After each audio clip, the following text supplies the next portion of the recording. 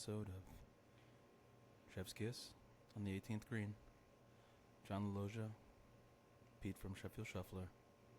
One putt away. It's been a hell of a week out here, buddy. Hell of a week. How much drama was watching that? Well, you know, I've talked about this several times. This is how I watch all sports now on the weekends. We have two very nice flat screen TVs that we invested a lot of money in, and I'm very proud of them. Got surround sound. But I watch everything on this iPad because my son's watching various Pixar movies over and over again. So I watch that drama on that tiny little screen, but I'm freaking out because I go, both of these guys are messing up. Rory messed up, Bryson messed up. I was like, okay, this is who is going to make the least amount of mistakes, because they're both very flawed players. But you were there, so before we get into it, talk about your experience, how you got there, what was it like? I've heard it's gorgeous. Yeah, we wake up, I'll bring you, what was it? Saturday morning, 3 a.m. I wake up at 3 a.m. Saturday morning, catch a 5:40 flight out of Philadelphia into Raleigh. We land in Raleigh, get our rental car. We get to the golf club. We had a tee time for 8:51. Mm-hmm. We got to the course around 8 o'clock, so had some time to warm up, hit some balls. So we played golf at Lockmere in Cary, North Carolina. Beautiful, nice. Very wooded. It was a lot of fun. Got to play with my father-in-law. Another gentleman named Jacob, very southern boy. Very, how y'all doing? This is in North Carolina, right? Yeah, North Carolina. Yeah. Then we played golf, and then we went to John. Oh, I told you already. Oh, okay. We went to BJ's, remember? Yeah. Me and John went to BJ's when we were at spring training, and lo and behold, of course, they have one there in North Carolina. And my father-in-law is like, "Oh yeah, we love BJ's too." I was like, "You been to BJ's?" And it's just like a nice, upscale bar restaurant. And yeah, we just isn't that where we went for our final meal? That was us wining and dining. I believe so. Yeah, that was our final meal. And Pizookies, right? Yes. Which I thought wasn't a real thing. I thought you were messing with me. Right. We were both a little faded, and you're like, she didn't say that. I'm like, she said something weird. and then I got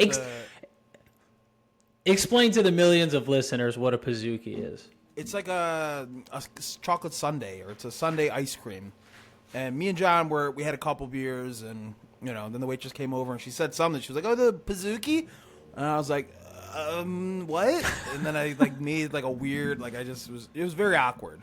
And me and John were just kind of looking at each other. We're just like, I'm like, John, she said if we wanted something, it was on the menu. You're like, no, she didn't, dude. She didn't say that. Well, neither of us were really in the best headspace at that point. No. You know. And then anyway, yeah, so Sunday was cool. Woke up super early. One of the most impressive things was the shuttling of the viewers to and from. You park out in this big lot, red lot, and then these shuttle buses come. They had dozens of shuttle buses, very efficient. I was like, 60,000 people need to get in and out of here, and they did it flawlessly. It was great. But do a lot of walking, man. A lot of walking. It's a ton of walking. Definitely. You need to bring a chair, and you need to plant yourself in between the tee box of a par 4, par 5, and then in the middle, and then the other side, by a green. So you can see approach shots coming in, and then you can see guys bomb it off the tee. That's really high. If you're going to see golf, the best way to watch golf, quite honestly, is on television. There's no better way to watch golf, specifically. But if you're going to go, you can't follow. I tried to do that once with Tiger in 2009. Yeah. It was horrible. Impossible. It was not fun, and you're just chasing crowds. We had a good plan. We followed Brooks Koepka because he teed off at 10. Right. So not a huge crowd. Got to follow around Brooks for the first 9. That's pretty sweet. And then we had the Trophy Club, which was air conditioning, had food and drinks and televisions. So that was a huge lifesaver. Saved us multiple times because it was over 90 degrees. The humidity was super heavy. So we got to hang out in there, eat, drink. Overall, good event, John. You don't see much, though. We sat on the 16th fairway. We saw their approach shots from 16 as the final groups were coming in. And then after that, you're just kind of fucked because there's no way you're getting anywhere close to 18 degrees. Yeah. So, The couple times I've gone to a golfing event, I'm at the event and I'm like, God, I wish I was watching this at home. Yep. 100%. Because TV at golf, like, it cuts to, like, all right, they're taking their time on this hole. We'll cut to this guy. Like, it's the best. I don't think there's a better sport to watch on television than golf. I mean, obviously, I enjoy watching football and baseball and all these other sports, but, like, as opposed to seeing it in person versus watching it on TV, golf is hands down the best. You can see the entire field. Yeah. Otherwise, you don't see much. They gave you these dorky-ass radios you put in your ear, and it was like, you listen to the broadcast. But Did they confiscate your phone like the Masters? No, it was. Oh, that's cool. Yeah, so I got a lot of cool pics and videos and stuff. This one dude hit it out of bounds. I was right there. Got super low. That was a sweet shot. I was like, please don't smoke me in the fucking face. And That was a great shot you put on Twitter. That was awesome. Yeah. So, better to watch on TV, but it was for my father-in-law, so he had a great time. I had a great time. It was a one and done. Saw it, and yeah, you won't be doing that again. No. Yeah. All right, well, let me get to it. So, Bryson DeChambeau wins by 1 stroke, but Rory missed 2 putts inside 4 feet in the last, 3 holes, which he had not missed the entire weekend. So, did Bryson win it, or did Rory lose it? You have to pick one. I would go Bryson won it. I disagree. Well, I know you had that sand safe shot, Let but me explain.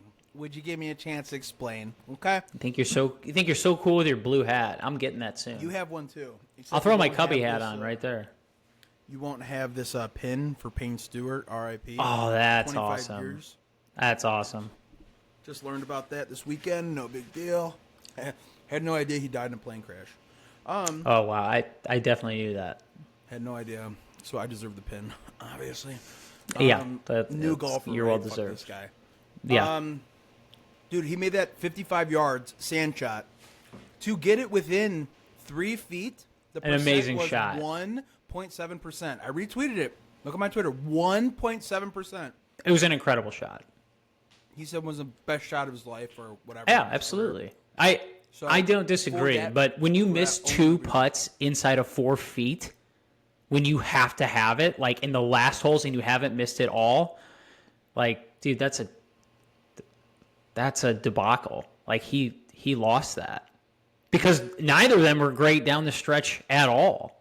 Yeah, I mean, I don't think. So I think there's a right or Rory. wrong I think the answer. story is Rory lost it over Bryson won it. I mean, credit goes to him. That was a miraculous shot, but I mean, Rory Without missed that shot, 2 putts Rory inside of doesn't 4 blow feet. it. And the vice versa. Rory doesn't miss those, Bryson doesn't win it. It's just, it goes either way.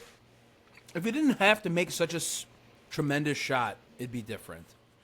Yeah, but missing a 4-foot putt, 2 of them when you haven't missed them in an entire weekend or since the last time you can remember, and then you miss 2 consequential inside of 4 feet, dude. Come on. Yeah. John, you know how many 4 feet putts I miss? Yeah, but you're not Rory McIlroy. You don't have 4 major championships under your belt. Well, pretty close. So You have a pull cart and 7 clubs. and a sick ass hat. And a really awesome hat, which I will have soon, and I will wear that on the pod. All right, let's pivot from golf to baseball. I just read a story that broke. You talked about it a little bit before the pod. So ABS, the automatic ball strike zone, I think that's what it's, the automated ball strike challenge system, that is going to be implemented finally in AAA. Why this is not implemented in Major League Baseball, I can't understand. No one has been able to explain why we don't have an automatic strike zone in Major League Baseball. It's definitely coming. There's no stopping it. The amount of missed calls are just absolutely ridiculous, and some of them are completely egregious, but this is great news. Begins on June 25th when they implement it in AAA games. And Rob Manfred said the move is at least another season away from happening in the majors, which it doesn't explain in the article. 89% of the fans support it. So I don't get it. Do you know why they just aren't implementing it right now? Because we're experiencing it because we can see K-Zone, and they still have a human being calling balls and strikes. Your question is why isn't it implemented? In AAA and not straight to the majors, or what? Yeah, why do we have a functioning system? Why? It hasn't been worked out yet. There was an article maybe 2 months ago. I think they talked about it: automatic balls and strikes or robot umps, which is essentially the same. This isn't robot umps. This is the challenging system, correct? This isn't automatic balls. You have it pulled up. Automated ball strike challenge system, as opposed to the full ABS, which was previously used for half the week. Yes.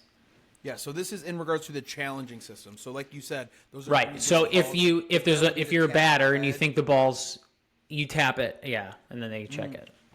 Yeah. So I guess they're just running it through AAA, just like they do with a lot of the new stuff. They run it through AAA first. I guess I've seen it on Twitter. It's amazing how quickly it happened. Like a hitter got called out on strike 3. And he immediately tapped his head because he thought it was low, and then immediately they're like, "Yep, that's ball 4." It was a full count, and then he took his base, and there was no out. Yeah, well, it was amazing how quickly they did it. Speed up the game. They have it down. So cool or not cool? What do you think? You like it? You don't like it? I think we both agree. Yeah, on it needs to be implemented, sense, right? Because it's either you get rid of these old, decrepit farts and have some kind of system where it's like, hey, maybe we shouldn't, like with our politics, shouldn't have 75-year-old dudes calling balls and strikes at 105 miles an hour. And if you are going to, they need to be checks and balances, right? You need to yes, and there will be, and they'll still be. People think they're going to be replaced by like a robot. They're not. They're still going to be there, but they're going to have a earpiece in their ear, and it's going to be an automated system saying ball, strike, and then they're still going to be there to call. Guys call timeout to kind of manage the game. Politics. Right? Weekend at Bernie's, man. Yeah. Fortunately, I'm going to sign up for that again. So that's a good thing. The Cubs suck. Let me ask you this. Is it the manager's fault, or is it that the roster sucks? It's just the roster sucks. I mean, Hector Neris, heart attack Hector, they call him. Hector Neris fucking blows. You can't close out games. You can't score enough runs. Last night was horrible. We talked about how they tread water early in the season with all those injuries. That proves like how good of a manager he is. And there's no way to no one's going to be like, Craig Counsell sucks now. We know Craig Counsell's a good manager. It's the talent that you have. Seiya Suzuki hasn't been performing. Cody Bellinger's been pretty good, but I mean, Christopher Swanson Brown has been terrible, offensively and defensively. Yeah. So Talkman just got hurt. Yeah, we've talked about this before. What's the most important? The three big sports: baseball, basketball, football. Okay, what's the most important aspect in football? I think it's coaching. You can do less with less talent if you have really great coaching. Now I would probably amend that. Calling. When you yes, I do. Yes, I think coaching. I think a head coach, and I think in 2024, I think you have to include the quarterback because it's both. Those are two integral pieces that if you don't have either of them, you're not going to win. In basketball, I think it's all the players. The scheme is somewhat helpful, but if you have a couple all-stars on your team, you're going to win the NBA more often than not. If you have the best, if you have the collection of the best players. In baseball, you do need a great collection of players, but the front office really isn't in charge of that. They're in charge of constructing a team. Like, are you all about run prevention? Are you about slug? Are you going to have just a shut down bullpen? But based off of that, you construct your team around that, and you have a manager who essentially don't screw it up. And a manager can't overcome a bad roster. They just can't. Talent is is integral in baseball. You have to have it. If you don't have the talent, you're not going to win. But I think a bad manager can permeate a good team and make them worse, or a great team and make them a not very good team. So people are calling for, Counsell and wanting David Ross back. It's like, yeah, David Ross was a good manager. So is Craig Counsell. This roster sucks. Like, they can't hit, and people were like, oh, great, they're starting to hit. Oh, we forgot their bullpen is awful. And they've made the most outs on the base pass too. So they're not great defensively. Was like awesome at the beginning of the year. Everyone's like, light show. Well, he has like 30. He has like, I think out of their game, I don't know. I think he's appeared in half their games. His appearances are off the chart. So at some point you have to ask yourself, what do you do well? Do you defend well? Not really. Do you hit well? No. Do you have good starting pitching? Pretty good. Do you have a bullpen? No, it's terrible. Do you run the bases well? Not really. We lead outs on the base pass. Okay, so what would you say you do well here? What do you do here? Office Space, right, John? Yeah. What would you say Bob, you do here? Or in the Cubs case, what would you say you do well here? And the answer is we have a couple starting pitchers that are pretty good. I was telling my wife the other night, I was like, there's no point in watching a Cubs game until like the 7th inning. And then I have to hold on for dear life that they're going to come out of it. And then I just saw that Tauchman got hurt yesterday and they called up Miles Mastrobuoni. I'm like, oh, God, I'm so sick of watching him and Nick Madrigal. I'm not staying up till 11:30 at night to watch Mastrobuoni get hacked. No, thanks. But there is a good matchup tonight, though. Steele versus Webb. Matchup. Which should be pretty good. So, all right. So the Cubs suck. For his first win of the season, Justin Steele. My goodness. I know. So Dodgers unveil their latest City Connect uniforms, which I think are horrible because if you look, the name is not on the top of the number on the back; it's on the bottom, and it's cut off. Like the number overshadows the name. It's like if an 8th grader did Photoshop or InDesign and they were like, yeah, let's go with that on the back of our jerseys, the one of the best teams in Major League Baseball. I mean, it's an embarrassment. They're terrible. I think they have 2 of them. First off, how entitled one of them's are horrible you to have 2 of them? You entitled Los Angeles bastards. In regards to the City Connect jerseys, John, not bad. I mean, look at what we're dealing with here. Every 2 weeks, a City Connect jersey comes out, and you're just like, Jesus Christ, who fucking made that with their elbows? It's bad. So, in regards to that, I saw it. I'm like, it's not bad. From what we're seeing, not bad. Okay. Let me ask you this. So, the Athletic just ranked the best City Connect uniforms out of Major League Baseball. Who do you think's number 1, if you had to guess? This is like the fans, everybody. Who do you think's number 1? John, real quick, just because you said The Athletic, do you subscribe to The Athletic? I used to, and then I stopped. You did. I did back in like 2018, and then I stopped. Yeah, I don't know who pays for articles. Like, how is that a viable company where it's like you're? Well, that's why they did get bought by the New York Times. Okay, but why can't you just put out your fucking articles? You're lucky anybody reads them.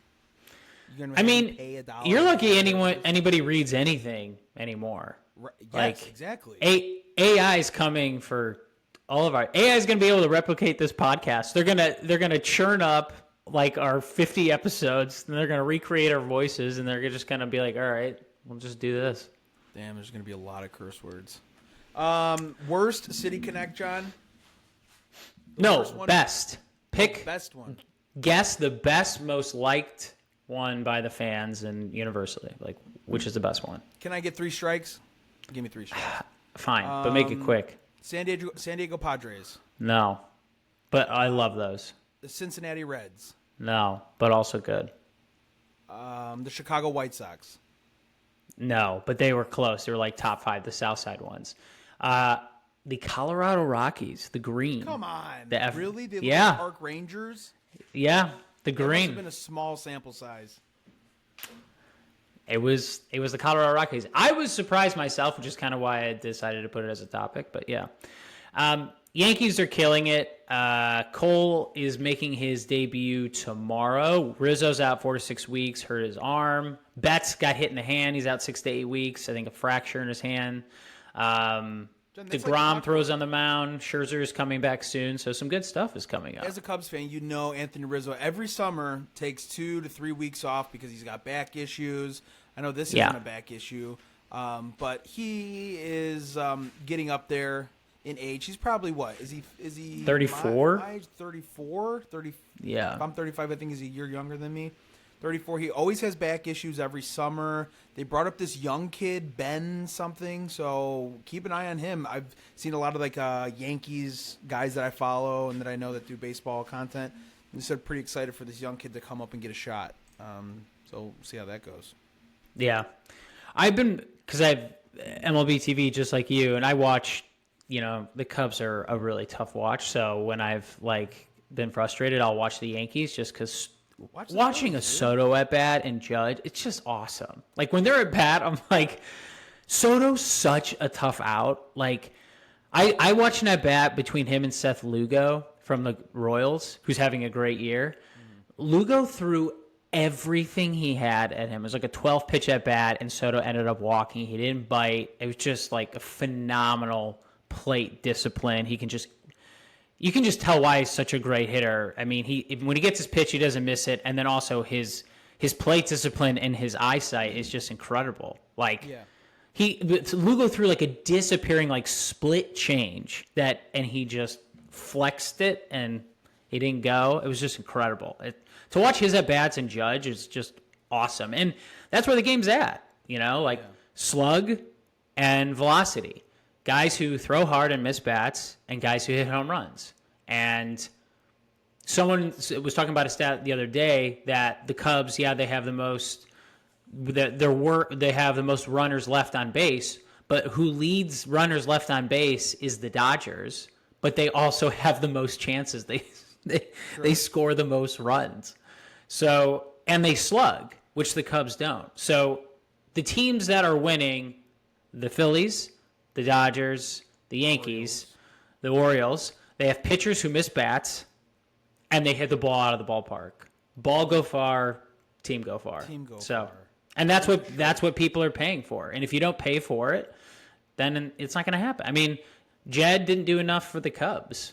He needed more slug in that lineup. He needed maybe one more pitcher, at least another bullpen arm, a guy who misses bats, and it didn't happen. And you look at the teams, and it's the Diamondbacks last year I think are an outlier. That's not going to be consistent. I think going forward. Paul Skenes. We talked about that they had speed too, John. And I think that might have been the X factor. I think we could agree on that. The speed that they had on the base paths and just running outfield when you're talking about the Diamondbacks from last year. Yeah. Correct. So, Paul Skenes, rookie pitcher, Pirates, Rookie of the Year candidate. Skenes. 7 starts, registering a 2.29 ERA, 2.39 FIP, fielder independent pitching, in 39 and a third innings. He's really good. I just saw a slow-mo of his sinker changeup at 94, 95. It's ridiculous. Isn't it ridiculous that guys are throwing 95-mile-an-hour changeups? Yeah. It's ridiculous. How does anyone hit anymore? That's why average, slug, everything, offensive categories are down. It's just so hard to hit. John, can you build around 2 pitchers like Paul Skenes and Jared Jones? Because I think that's an interesting debate here when you have 2 great, young, controllable pitchers, and you have O'Neal Cruz, who's really hot and cold, but kind of some pieces that you could possibly build around and develop a winning team in the next couple of years. John, your thoughts? I think it takes 2 Hall of Fame pitchers. I think you need 2 lights out pitchers. And the example I'll give is 2000 around, you're saying. To build around, yeah, because usually you build a team around position players, guys who play every day. But one of the books behind me is The Inside Game, written by Keith Law. And he talks about inherent biases on front offices and analytics and managerial miscues. And he talks about Bob Brenly, the 2001 Diamondbacks manager, made literally almost every wrong move he possibly could, like Byung-Hyun Kim, bringing him back, letting him face a lefty and Tino Martinez. Yeah, Tony Womack was on the Diamondbacks, but basically explaining like where he hit people in the lineup. Like Womack was fast, but he didn't get on base, but he hit leadoff. So he goes, so Bob Brenly made every mistake possible that you can make as a manager. Like analytically, he made every mistake, and he ended up winning the World Series. And he goes, why did that happen? He goes, because he had 2 Hall of Fame pitchers in their prime who literally pitched every game of that 7-game series almost. Randy Johnson and Curt Schilling. And those are 2, I think Curt Schilling's a Hall of Famer. You know, I'm not a fan of some of his political leanings, but baseball-wise, he's a Hall of Famer. Randy Johnson's a Hall of Famer. So if you have 2 guys that are like that, if you have 2 Paul Skenes and they don't get hurt, I think you can. I think you can build around them. Because in the playoff time, those are 90, 95% wins. You can't win if you don't score. And Skenes is lights out. I mean, if you're making contact, it's not hard. He's pitched against the Cubs a couple times. I mean, he's absolute. I'm not saying the Cubs are a great lineup, but he's absolutely filthy. So if you got 2 guys like that, I think it's possible. I think those guys are harder assets to come by. Yes, it's very rare. It's definitely the exception to the rule. Controllable arms that you have, cheap, very unique. Well, cheap right now. They're yes, controllable. Yeah, so it's a very unique situation. So the Cubs aren't making any noise in the division. Cardinals have gotten hotter as of recent, and then you have the Brewers on top of that division. So it's, if I'm a Pirates fan, you want to see, not a fire sale. We're not, getting rid of assets that we have, kind of keeping those together and then building upon that for next season, which is, we'll see what happens, obviously. But hot commodity, 2 fucking great arms like that. Nobody saw Jared Jones coming out of there. Nobody said anything this off season. So very nice surprise. 2 awesome guys. Yeah, if you're a Pirates fan. Switching to the NFL, Tom Brady, I think, did the USFL or whatever championship, his first broadcast on TV. I watched a little bit of it. Dude, he's had so much plastic surgery done. I don't feel I'm listening. Like, he's so knowledgeable, but I don't feel any authenticity coming from him. Like he's too pretty? Yeah. And I mean, Greg Olson's a good-looking guy too, and Olson was amazing. Greg Olson doesn't look like his fucking face is made of porcelain. That's the thing. As a television product, which he is now, I'm watching it, and I'm like, He could be part vampire. Honestly. Yeah, like I just don't. I don't think he's a real person. Like, he's saying stuff that's. I'm like, yeah, that's right about football, but like, I don't want to look at this guy. Well, like, I don't believe. Like, it's weird. Like, I didn't buy it as an audience. Let's go down this rabbit hole, John. Do you believe in things like the Illuminati? No. You don't believe in a top 1% of people controlling the strings of the world? I mean, yes, billionaires have more sway on some of the world and stuff like that, and that's why Olson got ousted. I know that's why he got that job. I understand why he got that job. I'm saying, is he going to be good at it? And as an audience consumer who watches the product, I didn't like him on my television. He doesn't seem personable at all. What I was getting at, John, was if you did believe in Illuminati stuff, got to look at Tom Brady. If you don't think he looks human now, maybe the dude sold his soul to win 7 Super Bowl rings. I mean, who else has fucking done that ever with the people that he had around him? Something to consider. Script writers. He looks like a vampire. Might have sold his blood. Drinking, what are those called?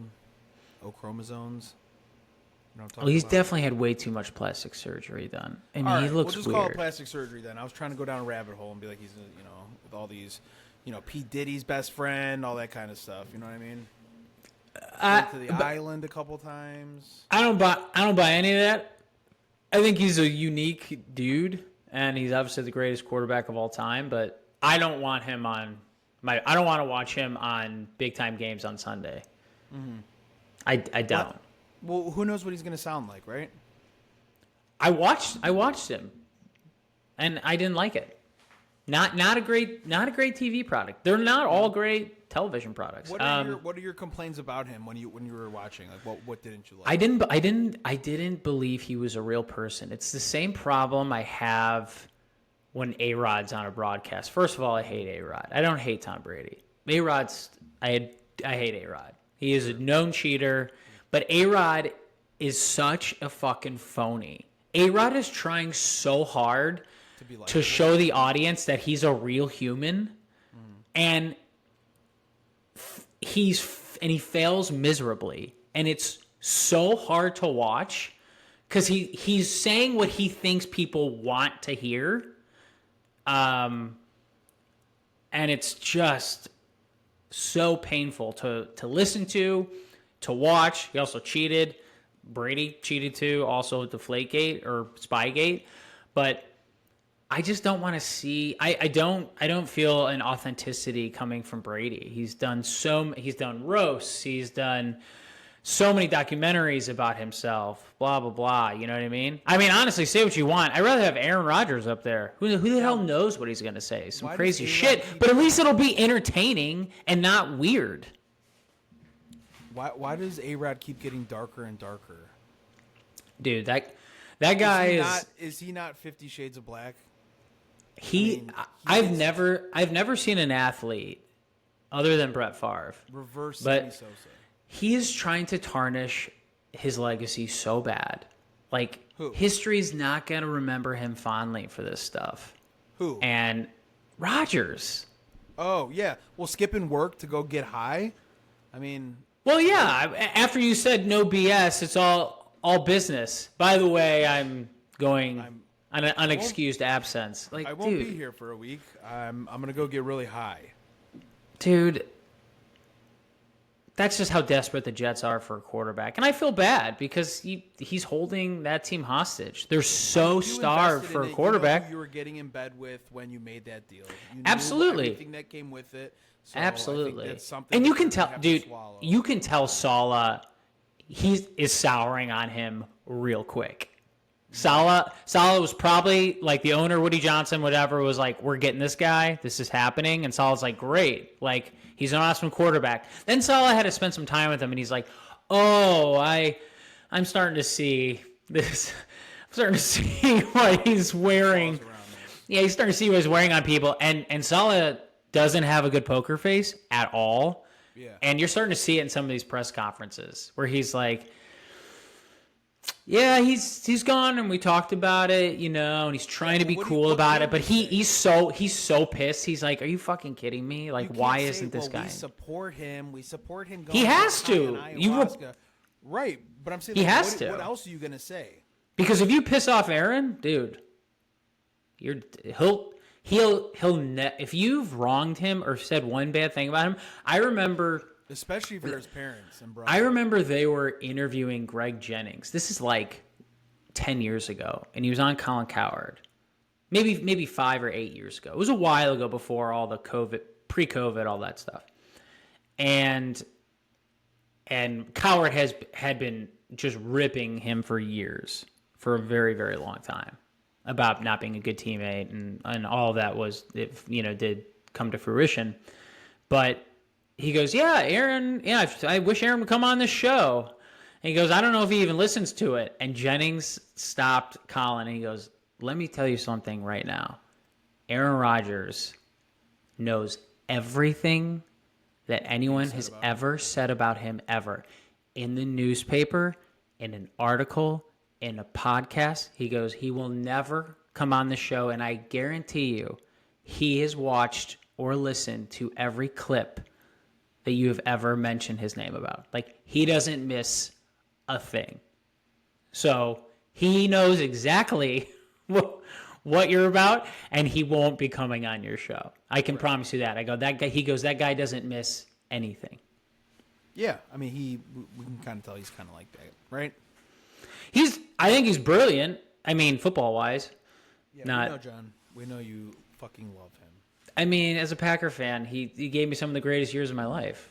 I mean, it's just the best. And now Jordan Love's going to continue that, which is awesome. Which brings me to Hard Knocks. Hard Knocks is profiling the entire AFC North. I think that's awesome. A lot of really cool quarterbacks. That will be fun to watch. But what I want to ask you is, running short on time, what do you want to see when watching the Bears on Hard Knocks? Which, as you know, if you're being profiled on Hard Knocks, you know, you're probably going to be a really good team. Yeah, definitely not. Yeah, but what are you looking forward to seeing the most? Like Caleb Williams stuff for the coaches. Like, what do you want to see? Yeah, I think some stuff from Eberflus. Yeah, I want to hear him talk to the team. Yeah, that's what I want. One guy I really have had zero interest in and have no idea how you're affecting these players, how you're speaking to them, your coaching style, your approach, that kind of thing. A lot of the film sessions, you can learn a lot about coaches because you hear how they talk to players, how they coach them. You actually get to see them being coached up. So I think that will be interesting. I already know everything I need to know about Caleb Williams. I'll be honest. I think it's going to be more of a viral shit that I don't know. You'll see lip gloss in his locker and some weird shit like that. And I think but if he wins, trust me. I mean, Aaron Rodgers said a lot of crazy shit, but you know what? He was awesome on Sundays. You will forget it. You will be amazed how quickly you'll forgive all that stuff. I mean, they have a great, Keenan Allen. I want to see his. He'll be good for 4 games. From a vet, a strong presence. Who has the strong presence in the locker room? I'd like to see that. DeAndre Swift coming in, dropping his hammer down, and just kind of the dynamic, I guess. I mean, that's the most important thing you want to see is like how your team, that's why I love the Phillies so much here, because their team, their chemistry can't be replicated, and it's a thing that they can't quantify, and you can't put that on a stat sheet or analytics, but like how your team gels and how much they vibe together. And I believe that's a real thing. And as one of your teams, you want to see that inside that you don't get to see on Sundays. Sundays, you're just seeing them play. I want to see them together. I want to see them together. Let's end on that. That was beautiful. Do you believe in that, John? Do you believe in team chemistry plays some kind of role, whether it's integral or passive, but some kind of role in team success? It's so weird. It's so weird you're saying that. I'm reading a book right now because I've read a lot of analytics books on baseball, but I'm reading a book called Intangibles, written by Joan Ryan. She covered the Giants for years and kind of chronicled their 3 championships, 10, 14, and 10, 12, and 14. 12. And she talks about that. And she talks about, there's certain guys like a David Ross, a Johnny Gomes, guys that really can bring the locker room together. Yeah, Kevin Millard, those guys.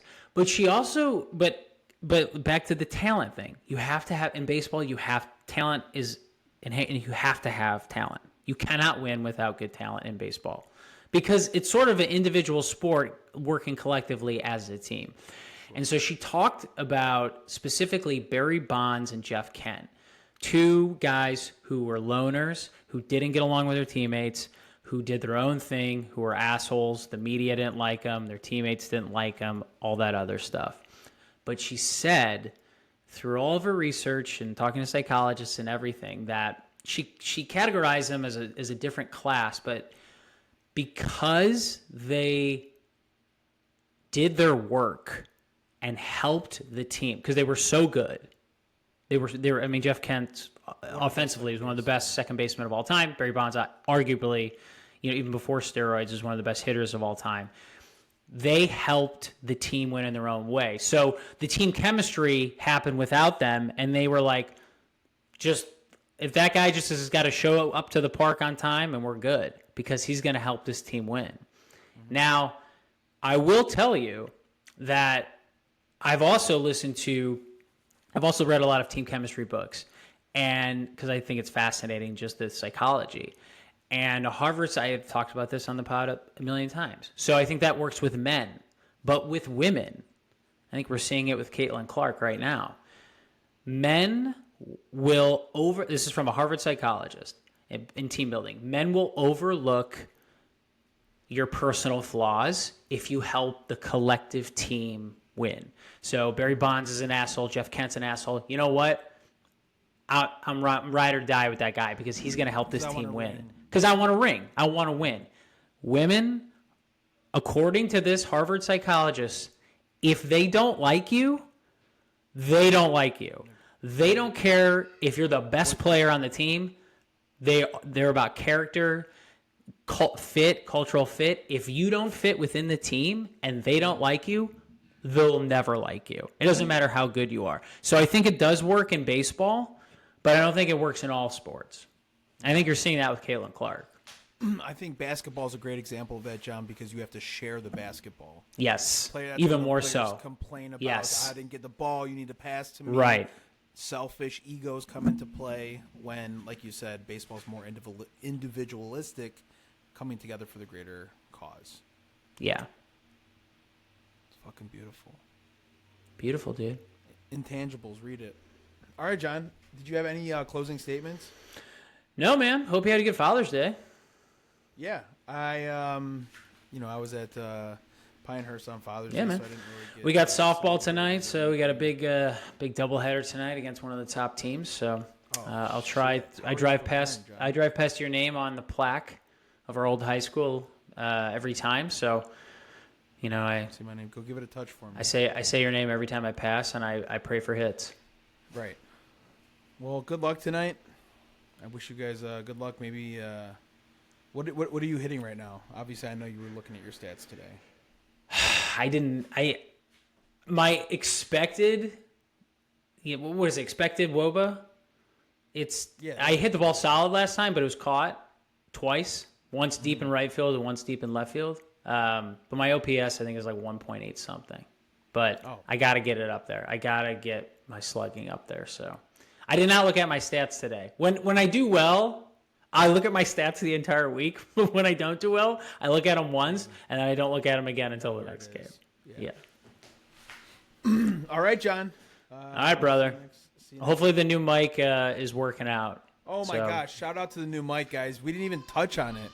John is always, creating separate tracks, makes it so hard to upload. John got a brand new mic, brand new set. I don't know if it's a brand new setup, but it's not. It's a brand new mic with a stand and yeah. But your setup is nice. I saw it from behind the shots. Thanks, brother. Yeah, I got the AirPods in. We're doing it, dude. Yeah. Now it's real. Yeah. Big time. All right, John. We'll come back next week. Sounds good, buddy. Take care. Bye, guys. Thanks for listening. Peace.